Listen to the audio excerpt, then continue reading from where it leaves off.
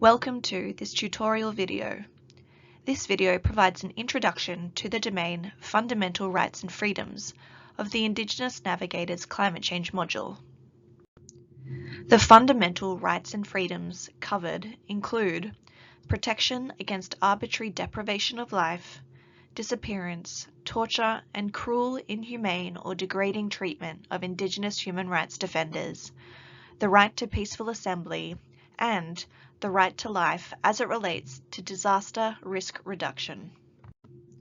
Recognition of these fundamental rights are critical for protection of Indigenous human rights defenders, including environmental defenders that may face abuse, threats, or harassment for their work to address the triple planetary crisis of climate change, pollution, and nature loss.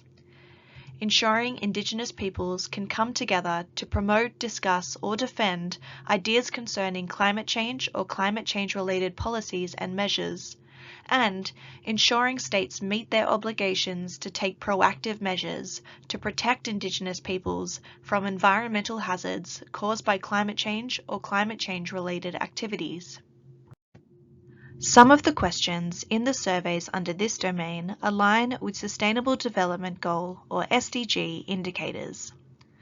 The questions are structured to align with SDG data collection methodologies so that the data collected through these surveys with the consent of Indigenous peoples can contribute to official national monitoring processes. If you would like more detailed information on the SDGs and Agenda 2030, these are explained in the video on climate change-related instruments, laws, and policies, which you can find on the tutorials page of the Indigenous Navigator. The first issue covered is the protection against arbitrary deprivation of life, disappearance, torture, and cruel, inhumane, or degrading treatment of Indigenous human rights defenders. The questions focus on the rights and protection of Indigenous human rights defenders, as set out in international standards.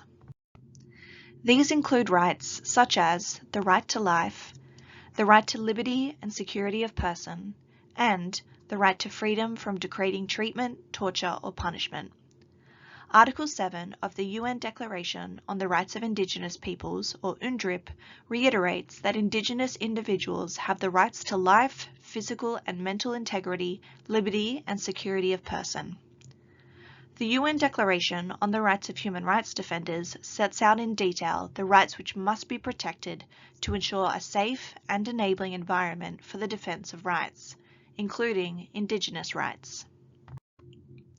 This declaration is underpinned by binding international standards, such as those enshrined in the International Covenant on Civil and Political Rights, or ICCPR, and the Convention Against Torture and Other Cruel, Inhuman, or Degrading Treatment or Punishment, or CAT. In addition, the rights of human rights defenders are increasingly addressed in environmental standards. For example, in the Escazú Agreement, the rights of human rights defenders in environmental matters to a safe and enabling environment are explicitly protected in Article 9. This article outlines that states parties are obliged to guarantee a safe and enabling environment for persons, groups, and organizations that promote and defend human rights environmental matters, so that they are able to act free from threat, restriction, and insecurity. The following are an explanation of some key concepts used in the surveys. Both surveys monitor the occurrence of any harm to Indigenous human rights defenders. Harmful acts here refer specifically to killings, kidnapping, enforced disappearance, arbitrary detention, or torture. As the focus in this module is climate change, respondents should reflect on whether these harms were related to the Indigenous communities or individuals' actions to defend their rights in the face of climate change measures or impacts. For example, referring to harms that occur following participation in protests against an energy project or construction of an oil pipeline that harms Indigenous people's rights. Some questions follow the data collection methodology for SDG 16 Target 10.1. There is guidance in the survey which includes specific definitions for the different harms. to allow the data to be used with the consent of Indigenous peoples in SDG monitoring processes. In many instances, Indigenous peoples or individuals may receive threats of harm. Threats are intentional behaviour that causes fear of injury or harm. Examples might include verbal threats, harmful or stigmatizing speech, threats posted on social media or sent in text messages, being placed on hit lists, red tagging, pictures sent showing that they or their family are under surveillance, death threats to themselves or their family. In this survey, the focus is specifically on threats to Indigenous peoples or Indigenous individuals defending Indigenous rights in the context of climate change. The next fundamental right addressed is the right to peaceful assembly in the context of climate change. The right to peaceful assembly is also covered by UNDRIP Article 7 and is enshrined in internationally binding standards including the ICCPR.